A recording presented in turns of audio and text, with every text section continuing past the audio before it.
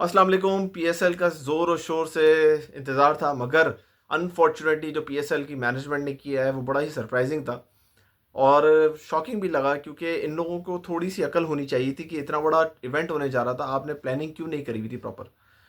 हुआ यह है कि इन्होंने पीएसएल को अलाउ कर दिया है 26 तारीख से होने जा रहा है, मतलब 2-3 दिन रह गए, मगर इसमें कोई भी क्राउड नहीं होगी। अब जब क्राउड नहीं होगी तो आप सोचो पीएसएल का क्या मज़ा आना है। अगर आपको अफ़गानिस्तान वाला थ्रेट है, जो कि बता नहीं रहे, बट हमें लग ये रहा है कि अफ़गानिस्तान से काफ़ी थ्रेट्स हैं हमें, ड्रोन आ सकता है, कोई ख़ुदकुश हमला आवर आ सकता है, तो आप या तो पोस्टपोन कर देते। और ईरान और जो यूएसए का जंग है, इस पे भी बड़े प्रॉब्लम चल रहे हैं, तो आपके पास पेट्रोल के क्राइसिस भी आ सकते हैं, जिसकी वजह से आपने ये मेजर लिए हैं कि क्राउड नहीं आएगी। अब क्राउड ही नहीं आएगी तो पीएसएल का मज़ा वो नहीं होगा। आपके प्लेयर्स आ जाएंगे, आप बंद ग्राउंड में खेल भी लोगे, मगर जब क्राउड नहीं होगी तो पीएसएल का मज़ा नहीं आएगा। आपको ये बात 1 महीने पहले ही पता थी। 1 मार्च से ईरान और इसराइल और यूएसए का मामला चल रहा है, और तकरीबन 27-28 फ़ेब से पाकिस्तान और अफ़गानिस्तान का मामला चल रहा है। 26 तारीख से आपके मैचेस शुरू होने थे, आपके पास एम्पल ऑफ टाइम था कुछ डिसाइड करने के लिए। आप ये पोस्टपोन कर सकते थे, कोई मसला नहीं था। 3-4 महीने पोस्टपोन हो जाती, जुलाई अगस्त में विंडो में आप देख लेते इंग्लैंड के टेस्ट मैचेस के बाद, कोई विंडो निकाल लेते, क्योंकि आपका एफटीपी एडजस्ट हो सकता है। आपके पास सिर्फ एक अच्छी सीरीज़ है इंग्लैंड के 3 टेस्ट मैच की, वरना आपके पास तो कोई सीरीज़ ही नहीं है बड़ी। आप सबको ऊपर नीचे कर सकते थे। बाकी जो आपकी होम सीरीज़ आ रही हैं उनको तो आप अभी फाइनलाइज कर सकते हो ना, आपके हाथ में है। इंग्लैंड श्रीलंका की ट्राई सीरीज़ आपने एक्सपेक्ट की अक्टूबर नवंबर में, वो आप दिसंबर में ले जाते। बहुत सारी चीज़ें थी। अगर पीएसएल की मैनेजमेंट ये सोचती, जो सलमान नसीर साहब हैं, अनफॉर्चुनेटली उन्होंने ये सब नहीं सोचा, और उसका खमियाजा हम लोगों को भुगतना पड़ेगा। हम पूरे साल वेट करते हैं पीएसएल के मैचेस का कि यहाँ पे हों और हम देखने जाएं, मगर अनफॉर्चुनेटली इस बार ये नहीं हो पाएगा। एटलीस्ट अब तक तो नहीं हो पाएगा, बाद में ये क्राउड अलाउ कर दें तो एक अलग बात है, मगर फ़िलहाल तो क्राउड्स अलाउड नहीं है।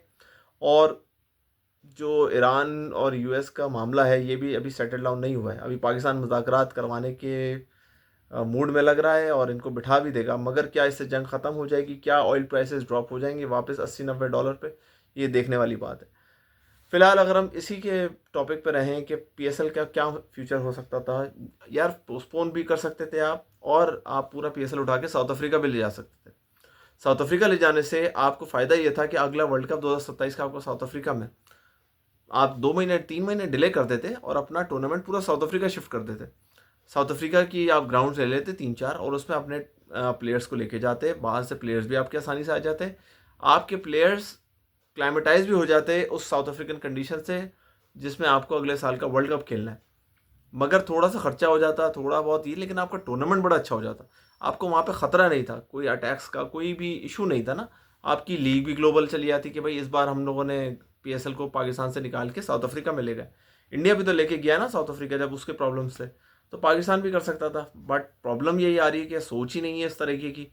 आपने सोच ही वो रखी हुई है कि दकियानूसी सोच के आसानी से मैच करवा लूँ। आसानी से मैच कराना ये पीएसएल की कामयाबी नहीं है, पीएसएल की नाकामी है कि आपने एक इजी सोल्यूशन लिया। आप डिफ़िकल्ट सोल्यूशन लेते जिसमें आपके क्राउड का भी इंटरेस्ट होता। साउथ अफ्रीका में जो पाकिस्तानी लोग बैठे हैं या साउथ अफ्रीकन्स जो बैठे हैं, वो भी इंटरेस्ट लेते हैं आपकी पीएसएल में कि यार अच्छे प्लेयर्स खेल रहे हैं, ऑस्ट्रेलियंस आ रहे हैं, और साउथ अफ्रीकन्स और भी आ सकते थे क्योंकि उनकी होम कंडीशंस थी। मगर आपने इजी वे आउट लिया, आपने कहा भाई क्राउड ही बंद कर दो। चलो मेरा भाई, कराची लाहौर में यूज पिचेस में मैच होंगे, टर्नर बन जाएंगी विकेटें। एक विकेट पे आप जब 2-3 मैच खेलोगे तो वो विकेट वैसा नहीं रहेगा। ये बांग्लादेश वाला हाल हो जाएगा, वो 120-130 रन बन रहे होंगे और वो चेज भी नहीं हो पा रहे होंगे। तो ऐसी क्रिकेट देखने में मज़ा भी नहीं आएगा, प्लस आपको तैयारी करनी है वर्ल्ड कप्स की, आगे मैचेस की। ये स्पिनिंग कंडीशंस तो नहीं है ना।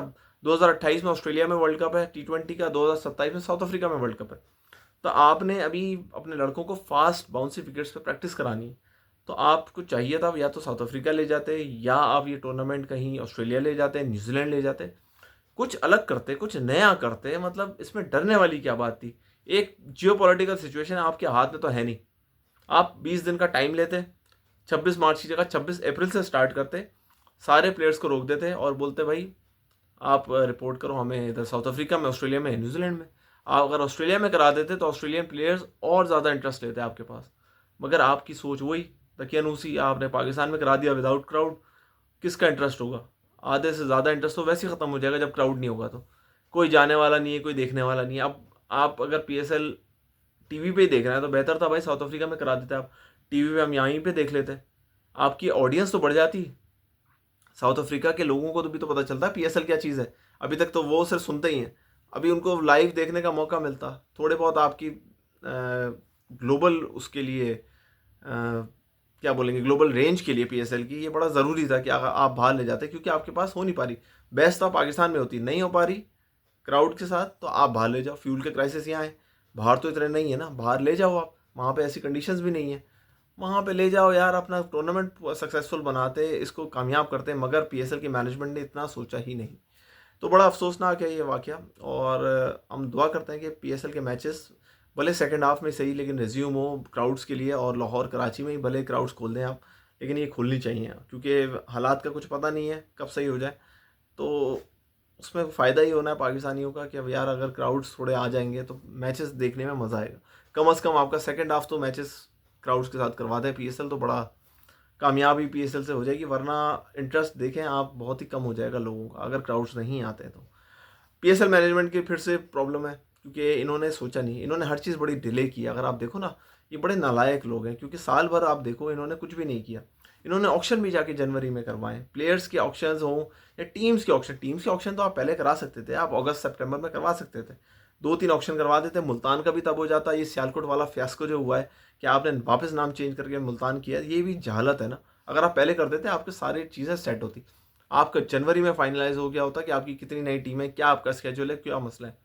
प्लस फिर आप जब भी आप कोई काम करते हो, प्लान ए बनाते हो, प्लान बी बनाते हो, प्लान सी बनाते हो, ये मैनेजमेंट का हिस्सा है।